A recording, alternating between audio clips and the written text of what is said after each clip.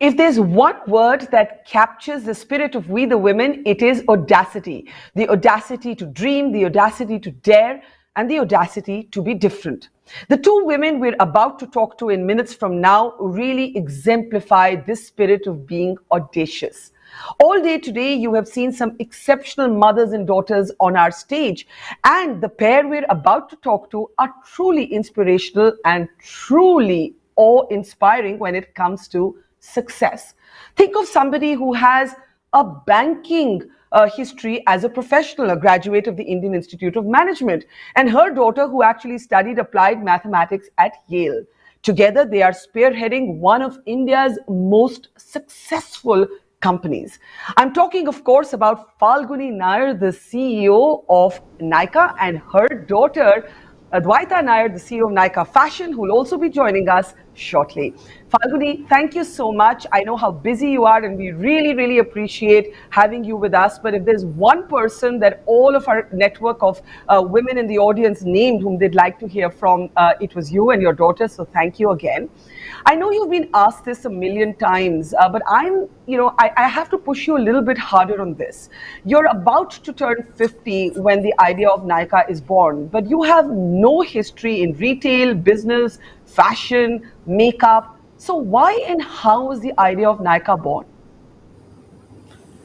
So I think, to be honest, Barkha, I think the fact that I didn't have history in beauty, in retail, or in technology was not something which was on my mind when I started Nykaa. I think as I analyze more and as I talk more about, how could I even think about it, I thought that, yeah, it was quite silly and stupid because I didn't know all these three things.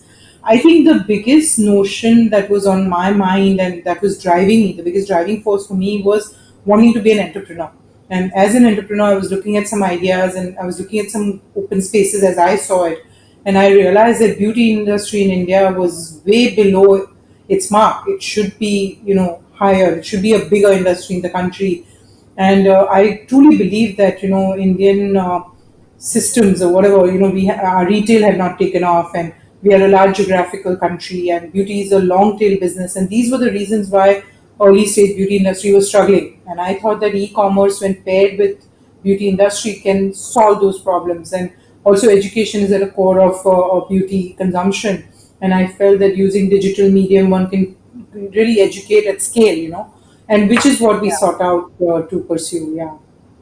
I was really struck by the fact that you, who is now India's newest billionaire, richest self-made woman, described your idea as silly and stupid. And I'm reminded of an interview that at a conversation you had with Naina Lal Kidwai, where you said that one of the important lessons of life is to not be afraid to ask stupid questions. So, what do you think has been the stupidest question you ever asked of yourself? As stupid in quotes, of course, referencing you. No, I think most of my early questions were about technology, and in fact, I used to worry that am I asking the right questions on technology? And I obviously there were lots. I mean, it was a new world, which was just emerging, and today there is a lot of talk about that new world of technology. But I think those were early days. We're talking about 10 years ago, and those were early days. And I used to wonder that so much of API integration or buying agile platforms that can be further scaled up, is that the right way to go, or should I be going to traditional technology companies and saying, build a website for me, it would cost me a couple of $1 million, whereas we actually started with a spending on technology which was not even like $100,000. So there was a big difference between $1 million and $100,000. And I think I was really struggling to understand that, is my approach right? What I'm thinking based on all the listening I'm doing, that yes, this can work, and should I go with that, or do I have to, white glove my website, or do I have to, silver plate the offering? But to come back to the fact that you were hitting 50 when you started this, there's an idea of the entrepreneur as young. There's the idea of the garage startup. You were anything but. You had vast amounts of experience in banking, and you came from the corporate world. You were married to a banker. You actually self-funded Nykaa for the first 2 years and did not seek any outside investment. If there's one thing you had to say to women entrepreneurs or to entrepreneurs in general who feel that if they didn't do it in their 20s or their 30s, they can't do it, what would you say? No, I think, yeah. I mean, if there is any lesson again from my current success is that neither age, no gender, nor education is any bar to doing what you want to do. You can always learn, and yes, I do sometimes feel that why did I not study technology in a today's technology-driven world where I have to still struggle with trying to estimate the size of my tech team and what is the amount of resources I need to put behind tech. That would come to me far more easily the way the financial decisions come to me because I came from finance and marketing disciplines. So I think, yes, right background always helps. But at the same time, I do feel that you can always learn. And if you are passionate about doing something, you can always, I mean, there is enough resources out there in the world to help you achieve what your goal is. I think in one of your early interviews, you said that when Nykaa started, the head of operations quit after he or she could not handle 30 orders a day. To imagine where Nykaa is today, how did you spot the need to use technology then to streamline your systems? And what did you have to unlearn? There's a part of entrepreneurship that's about learning, but there's also a part of any success story that's about unlearning, about shedding old habits, shedding old baggage.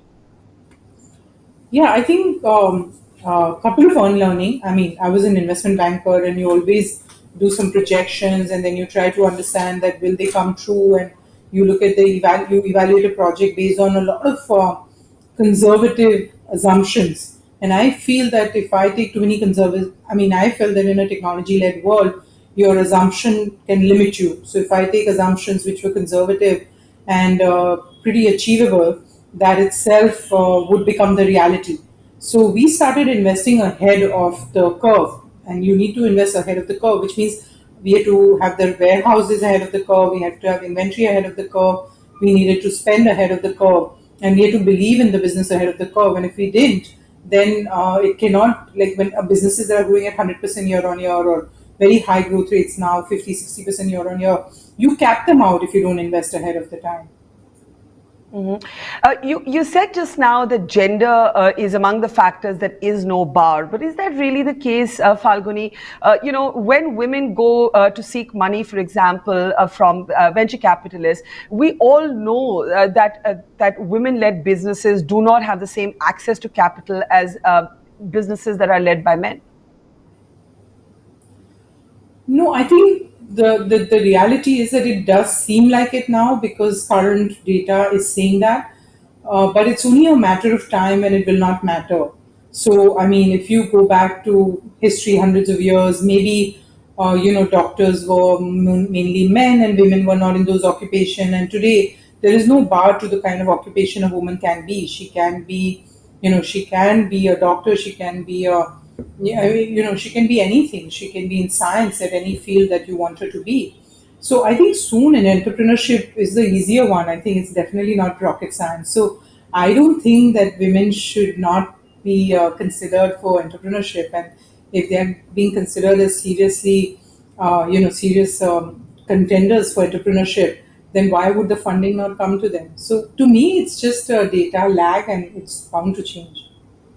What's been the toughest obstacle for you in your journey? I think for me, I think the toughest obstacle, like I told you, was technology, and most of my learning had to be on the technology side because, as far as understanding business and being able to raise capital for my business, all that came more easily to me because having so most of the time the background that you come from is easier for you, and maybe you have certain inherent flair and you struggle with some of the new areas of learning.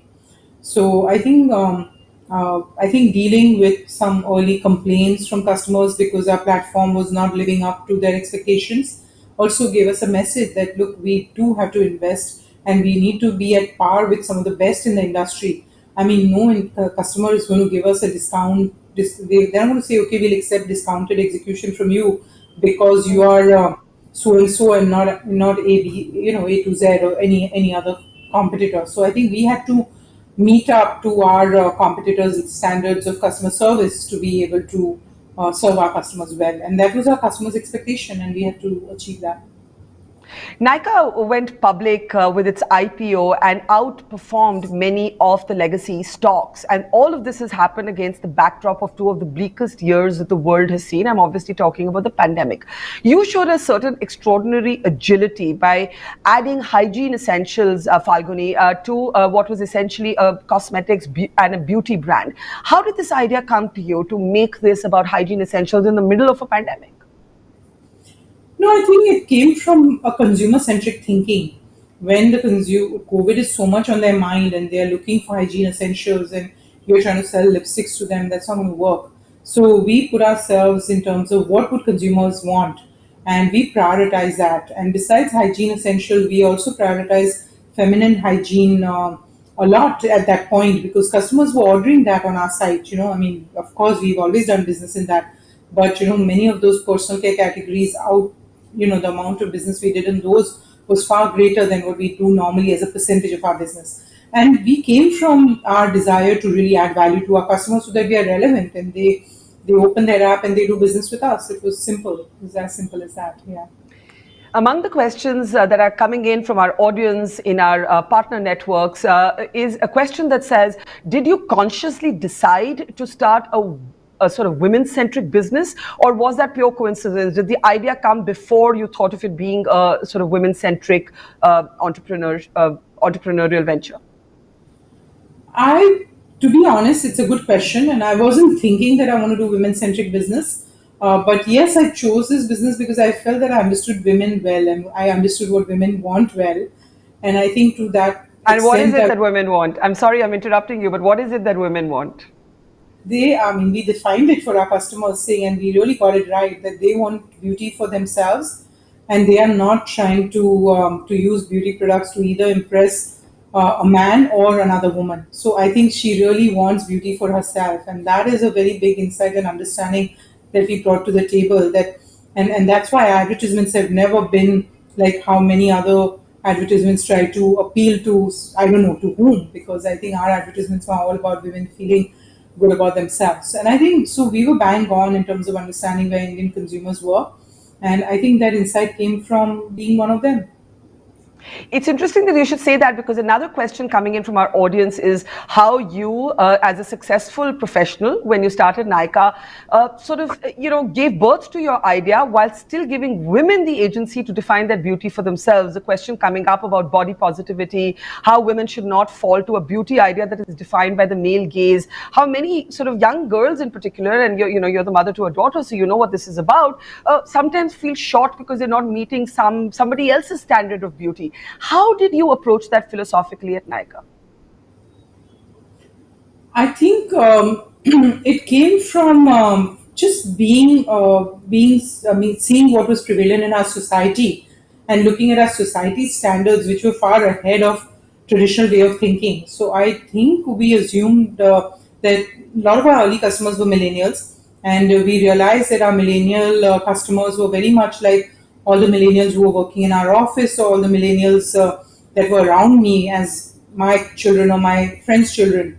And I think for many of them, there is they want the freedom to do what they want. They don't want any judgment. They don't want judgment on what their neckline should be. They don't want any judgment on does that color suit them. They don't want any judgment on is that the style which is meant for me. I think they want to have the freedom to define their style and their beauty and all of it. And I think that is very important, that you give them the confidence that they can define who they want to be. You've spoken a lot about being a millennial friendly company. Where did that come from? And did your children help you sort of readjust culturally to what millennials want? Of course, I think when I was starting the company in 2012, I could only afford millennials as my workforce. So that was the best thing I did. that all the employees, as well as my children who joined the business, they were all millennials. And I think I very soon realized, and I understood our millennial consumers through their lens, and I realized that they are very authentic. They are very honest and authentic about how they feel and what they say and what they do.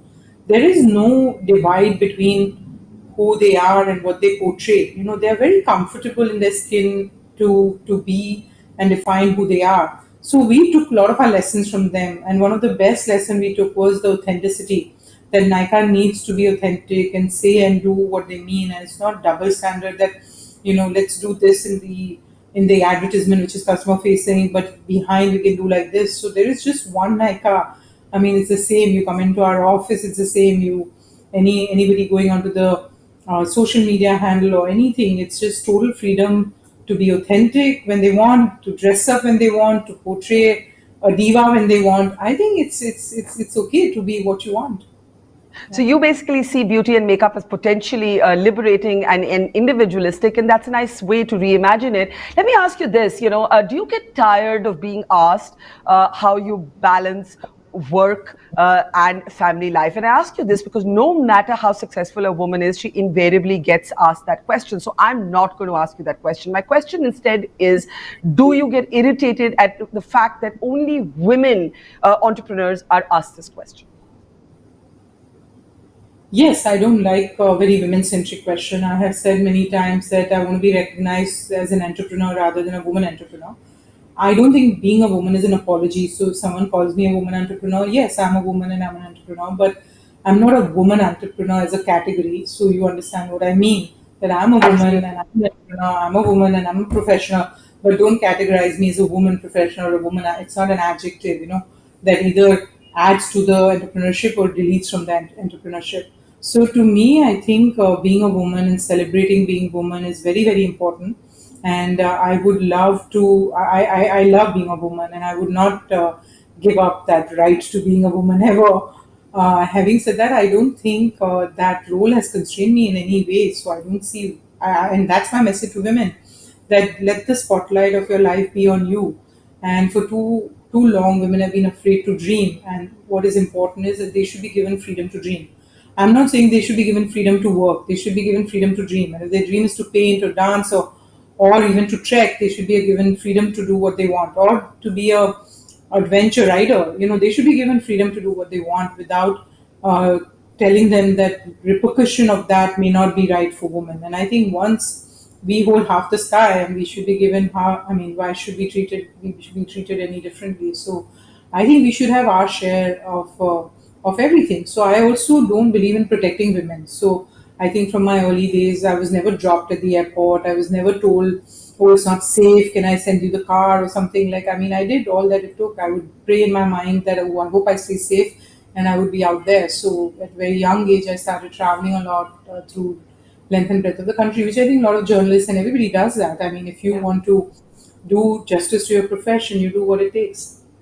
Absolutely, and I'm so happy you've said that. Two things that really sort of warm my heart. One is that you said that at Nykaa you believe that the spotlight should be on you. For too long, women have been pressured or encouraged or romanticized into being these sort of sacrificing creatures. And the other is about the importance of not being, overzealously protective, because that really imprisons the spirit of women. Now, here's the tough question: were you able to offer that freedom to your children, in particular to your daughter? Because a lot of women want that freedom for themselves, but when it comes to being a parent, suddenly that protective urge that you probably resisted came to the fore. How easy or difficult was it for you to give that freedom to Adwaita? So I think only when I became a mother and I realized what excellent parenthood my parents had provided me, where I was allowed to go on a student exchange program to Kashmir and stayed with a Kashmiri family for almost 8-10 days. And my parents gave me permission to do that. I don't think many women or girls got permission to do all these things at that time. And when I compare, I think it was really special. And I think in early days, your motherhood instincts come in, and I used to be a little bit worried when I even sent them on a boat. And my mom would immediately tell me, no, you shall not do that. You shall let them experience life. So I think having my mother by my side always telling me that, you cannot be overprotective, I think allowed me to give them experiences, which I think today they also value. So I joke about it that during her undergrad days, Adwaita went on a similar student exchange program to Dominican Republic, and I had no clue where she stayed, what she did. I used to just hope that she was safe. And same way, I mean, my mom must have hoped that I'll be safe when I tried all those escapades. Do your daughter and you argue, as all mothers and daughters sometimes do? And if you do, what do you typically argue about? I don't think we argue much. I think they're not argumentative type. I think just telling off each other also that this is not right and you should not do that is a sign enough that. So I think we understand each other so well that that itself is enough. Like if she tells me that, Mom, you should not, you definitely should not do this. So I understand that. So there's no argument on that. She studied applied mathematics at Yale and she's now running Nykaa Fashion. That arc, was that her own choice? Did you nudge her in that direction? Are you happy that she's working with you? Would you rather have sort of had it that she pursued her profession in math? I know she switched midstream and actually embraced math because she likes a challenge just like her mom. Yeah, no, I think she, of course, she wanted to be at Nykaa pretty early on. I think she stayed involved when I started the company in 2012. She had just graduated that year from her undergrad, and she was working at Bain, and she was staying in touch with what's going on at Nykaa. And within 6-8 months, she was like, "I really want to come and work at Nykaa."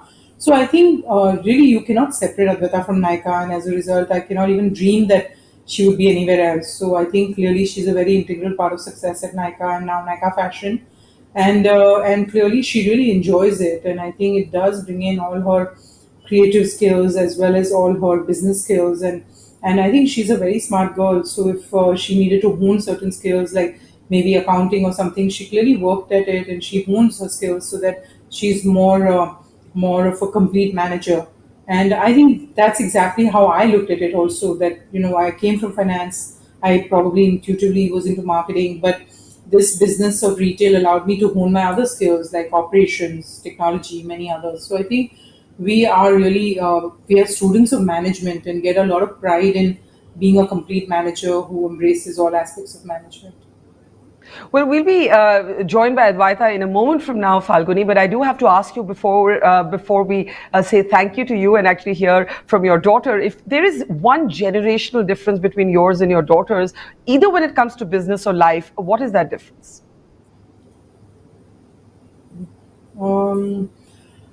I think business-wise, I think we are both learning from each other and kind of getting our differences. Differences are merging, and there are not too many differences. But I would say that social media, they are clearly, youngsters are a social media generation. Even if I visit it or if I do it just as a user of social media for my business rather than being involved in social media and it being part of my life. It is not. I create all these Facebook accounts and rarely remember to post anything. So I think in many ways, they are clearly a social media generation and they are very comfortable with that social life. And I am not a social media generation, though I've been always in public life through media and PR. So I understand that, but social media I don't, and I'm always a little bit hesitant because I'm not so part of it. That's one difference. I think as people also we are very similar and we are learning from each other. She's very well read, very deep thinker, very again authentic. I may have other skills that she learns from me. So I think in many ways, again, our differences on that count are also changing. But definitely, she's far more creative than I am. I'm a more numbers person, but she's also a numbers person. So I think you'll find it hard to find differences, but 19-20 तो होता ही है. So some she'll be like, some I'll be ahead. 19-20 तो खैर accounting में होता ही है, but we're going to hear from Adwaita in her own words in a moment from now. Falguni Nayar, very much the story of our times, the possibility and the sort of the magic of audacity. Thank you so much, and we're going across now to your daughter, whom I'm sure you and all of the people tuning into this special live stream, the Global Townhall at We the Women, are going to be excited to hear from. Thank you so much, Falguni, and we're shifting the lens now to your daughter Adwaita. All right, we can now welcome Adwaita Nayar, the CEO of Nykaa Fashion, to our We the Women Global Town Hall. And of course, Adwaita, we were just having a long chat with your mom, and it's always interesting to see if there's complete agreement across generations or there isn't. And as you heard her, she believes that you and she aren't that different, except for things like how you look at social media. Do you feel the same way, or do you think that there is in fact a difference? I think I read in one interview that you suggested that it was always your mom who was coming up with completely risk-taking sort of ideas, and you'd be the person saying, no, no, are you sure? Yeah, I think I was just listening to that. I think in terms of there's a ton of similarity between us in terms of just general values and how we approach life. I think I've obviously learned from her. I've grown up wanting to be like her, so I think I've imbibed a lot of her good qualities. But yes, there is a fundamental difference between us, which is that I'm definitely a more sensitive and sort of emotional person, and she's a little thicker skinned. And so I would say that's one point of difference that often comes up in business and how we conduct ourselves as well. So she often tells me that when she was my age, she was also pretty sensitive. But I would say that's one difference, but it's less generational and more just two different people. So I have to ask you this. You studied applied math at Yale and you were studying economics. You switched midstream because you like to challenge yourself. How did you go from applied math to this moment? Did you imagine this moment when you were a student at Yale studying math? Absolutely not. I'd grown up in a family where both my parents were professionals. They'd worked in banking, consulting, and so forth. And so there was no concept of, a family business. There was no concept of entrepreneurship in our house. I grew up going to college, always thinking that I'd be in the finance sector, following my parents' footsteps. Right around when I graduated, when mom started talking about, I want to be an entrepreneur, I want to leave banking, I want to do something different. I just sort of, was fresh, young, out of college. I was like, well, what do I have to lose? Let me go and join her and try to make this work. So I think it was the best decision. And it's like taken me down a path I would never have envisioned. What path did you envision for yourself when you were studying economics and math? I really thought that I would be in the finance profession. So, like sales and trading or investment banking, consulting.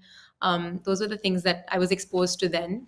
At that time, even technology and so forth wasn't a big stream that people were getting into. So when your mother Falguni comes to the family and says, here's what I want to do. And obviously, like, as you said, they were both professionals, your father and her. There was no past experience in beauty, retail, fashion, makeup, none of it. Do you remember what you thought at that time? Absolutely. It was, I remember those days so clearly. I think the types of things that, we were hearing at home was, I think my dad was always incredibly supportive that if you want to do it, let's do it. But my grandparents would wonder that, you have such a great job. Why would you leave it? There was a lot of like, but why, what's the need? Why change things up? So there were those kind of conversations. For me personally, as any daughter, always wants to see their mom happy, right? And so I was just sort of like, you have one life, go live it. And so I was always a fan of just do it. What do you have to lose? What do we have to lose? A lot of her responsibilities had been taken care of in that sense. Do you remember tough moments? I mean, the images we see today are of the IPO of, Falguni being described as the richest self-made woman of India. But you came from a family where parents were salaried, they were professional. And then your mother moves into an entrepreneurial journey. Do you remember tough moments, knocks, feeling terrible, feeling anxious?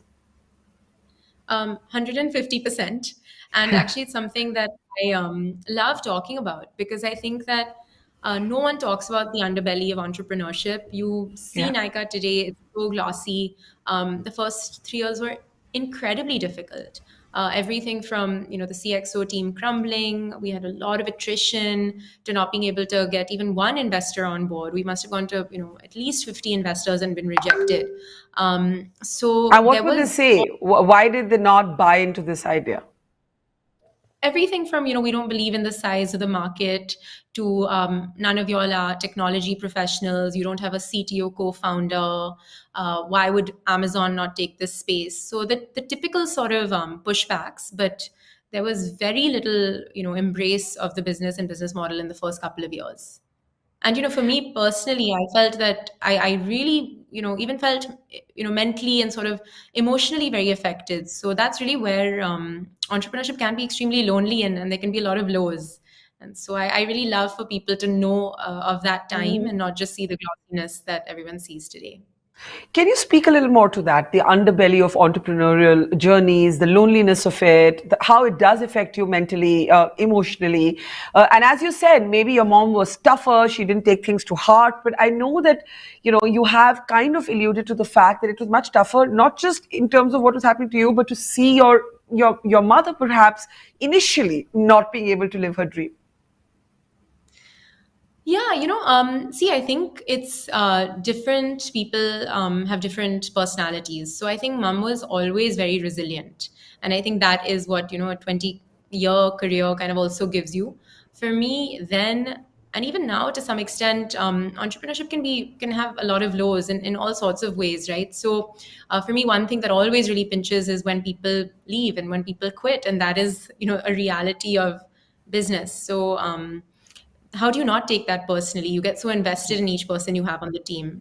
How do you not, how do you keep a divide between the lows of business, the business not picking up, the growth not being there, and your personal life? That's also something that you have to think about.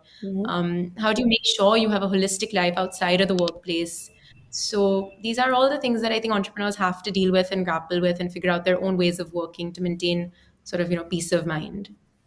You just heard Falguni say that she doesn't like being prefaced as a woman entrepreneur. And in fact, through the day at this town hall, a number of women have actually been making the same point that, we never say male so-and-so, so why do we say women so-and-so? And others have a kind of different perspective saying we have to struggle much more. The access that women have, for example, to capital is significantly different from men. How do you, as a sort of next gen entrepreneur and business leader, see this debate? Do you see yourself as a female business leader, or do you kind of degender yourself when it comes to your work? So, I think that there is a crop of folks who are lucky enough to degender themselves. And those are typically the ones that are, wonderfully educated, come from very sort of modern homes where there is no restriction on you. Those are the women that typically also have easier access to capital. So I think both my mom and me fall into this category where I think we're awfully lucky where we can degender the equation. I think there's a whole crop of people who can't degender, right? When they have families that are not as encouraging, when they don't have a reputation that can back them. So I sort of stay away from saying that gender does not, does not matter, because I think for a whole bunch of people, it can be a complete, it can feel very restrictive. I mean, I think that's a very perceptive point that, like, for those of us who want to say, hey, why not just let us work speak for itself? We come from a place of privilege where we possibly haven't had to struggle in the way that, we were talking earlier in the day to the women of Khabar Lahariya, whose lives have now got an Oscar nomination. And they were saying the first time they touched a computer, the village protested. So, of course, I think you make a great point with that. But, talking about computers, your mom said that you had a much more intuitive sense of the digital space, of digital marketing, of the social media space, because you're a perennially wired generation. How have you adapted Nykaa and your mother's way of leading a company to this contemporary generation? She keeps saying she wants to be a millennial friendly company. Yeah, so I think a couple of things that I always felt being millennial myself. Sorry, there's some background noise. Sorry, go ahead. Can you hear me? Yeah, go ahead. Yeah. I can hear you perfectly. Thank you.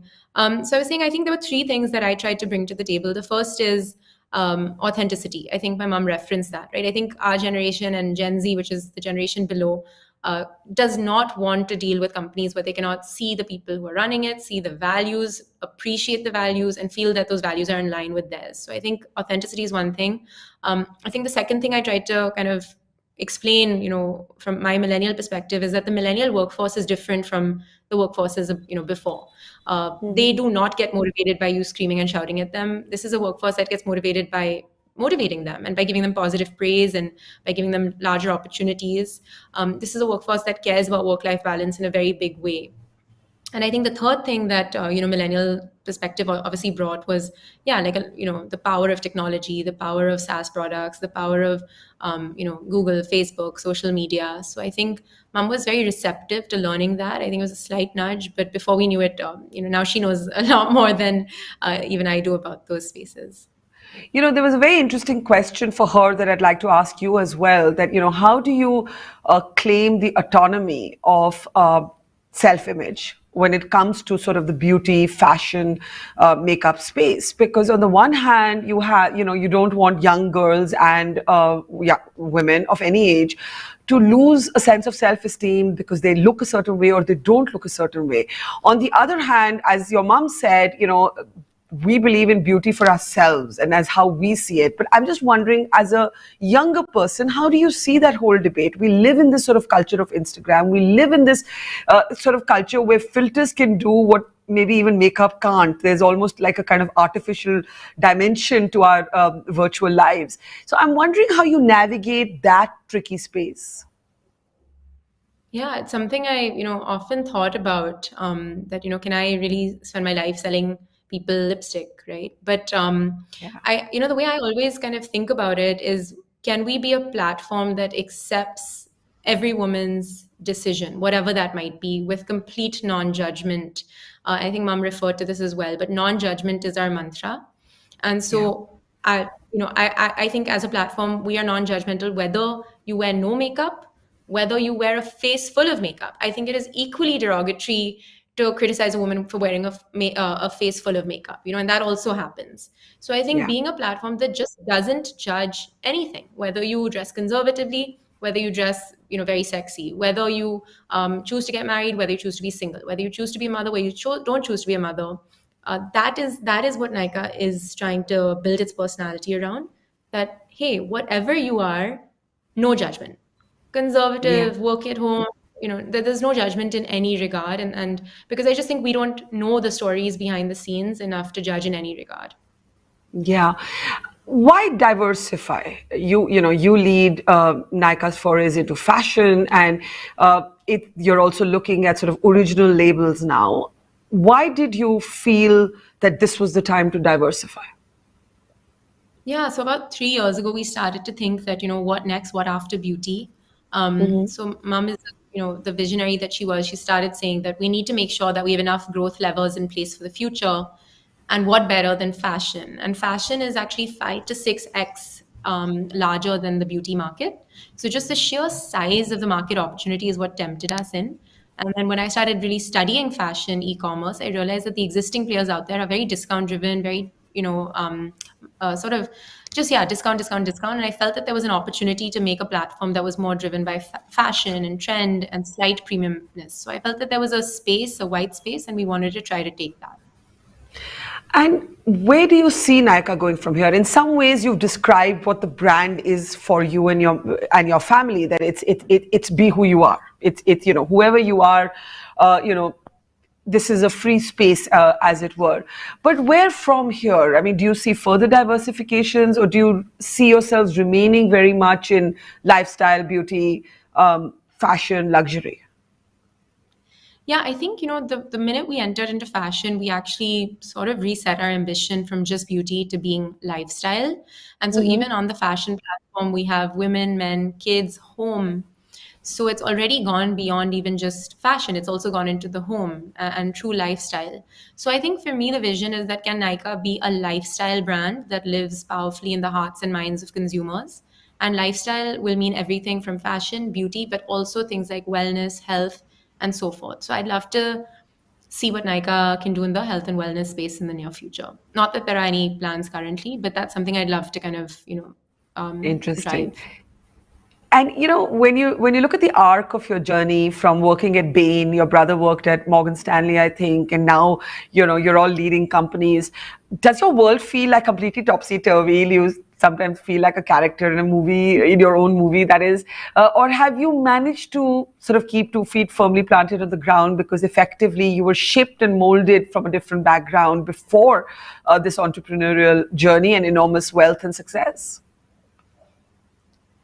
Yeah, absolutely. I mean, I like to think and hope that none of the success comes gets to our head. It doesn't. I think we're very firmly kind of rooted on the ground. I think 99.9% of my mind space is just working on the business, focused on the business. How do I improve it? This customer's complaining, that product is breaking, that technology platform's breaking. So I think just the sheer amount that I think about the business, I don't think there's any time space to let your brain get into any other gear, and that's just really not who I am. I think I'm just I just like to kind of remain simple and down to earth, and that's the person I'd like to be as well. Yeah. We've spoken a lot about Falguni, her journey. You mentioned in passing almost that your father was very supportive. And today, in a sense, it's Falguni who's in the headlines all the time. How does that play out at the family dining table? I think it's awesome. I think both of them, I've grown up watching both of them be complete partners, professionally speaking. My earliest memories of them, even when I was a young kid, was both of them hustling together in their respective investment banking jobs, always being thought partners to each other, always bouncing thoughts off of each other. And I think that just continues even now. I think there's complete support and enthusiasm in both directions, and it's really wonderful to watch. I think it's a partnership that I aspire to as well with my husband. Yeah, I was just going to say that an equal partnership is such a wonderful thing, and so many women who actually stop working and drop out of the workforce, almost always it's because their home situation doesn't enable it, or they don't have a partner who's encouraging, or they don't have in-laws who are encouraging. How do you, as a young business leader who's a woman, think we can keep more women in the workforce? How do we make our companies such? You've spoken about being a millennial friendly company. How do we be a woman friendly company? And what I mean by that is simply creating enough flexibility or empathy that more women can remain in the workforce. Yeah, I think this really actually begins far before Nykaa and the workforce. It begins by actually teaching our men to be better husbands and to be more supportive spouses. And so I'd love to just see more being done there to, normalize the fact that men can support their women through careers, that men can be equally supportive during the childbearing and child rearing process. So I think we really have to help our men see that there is a world in which you can be supportive, and that's amazing. And I think until and unless your spouse is supportive, I don't think anything that a workplace can do is going to give you the peace of mind. So as a workplace, of course, we have to give flexibility, and I bring a whole lot of empathy to my my folks who are mothers in particular. But I've noticed that no matter how much empathy I bring and give them flexibility, if they've got a bad situation at home, they're very, very torn apart. So I think the change has to start at home. Yeah, and I'm so glad you've made that point, because I just think equality at work is not possible without equality at home. And even that very interesting reference to men sort of being encouraged to be more a part of the child rearing process. Like Melinda Gates once told me that she insisted at the foundation that there be family leave and not maternity leave, so that more men would be involved and that pressure wouldn't come just on women, and that it was more equally distributed. So that point is a great point. Let me ask you in the end, we've been asking all of our speakers this, what would you tell your 16-year-old self? What would it be? I think that's a good one. I think I would tell my 16-year-old self to really be more thick-skinned. It's something I tell myself even today. But I do think that as women, sometimes we really let our sensitivities overcome us. That's how I feel personally. I'm being totally candid. But I think sensitivity, empathy is an amazing quality, but it can't be at the cost of it can be debilitating. And so I just would love for women to be just a little bit more thick-skinned. I think that's been a big learning and lesson for me, and I'm trying to practice that more myself. Let me share a little story with you before we say thank you to you. In an interview with Hillary Clinton, she told me that women have to grow a hide as thick as the hide of a rhinoceros. So, yeah, I think that's the key to success. That's the key to navigating personal relationships and professional. It's so critical. Yeah. Well, thank you, Adwaita, and congratulations. You and Falguni and your brother are leading one of India's most successful companies and most successful business ventures, but also for keeping it real and reminding us that it can still hurt, things can still hurt, things can still get lonely. There is an underbelly. It isn't all one big sort of candy floss cloud. And thank you. And may you grow Thank to further success. Thank you and take care. Thank you for having me.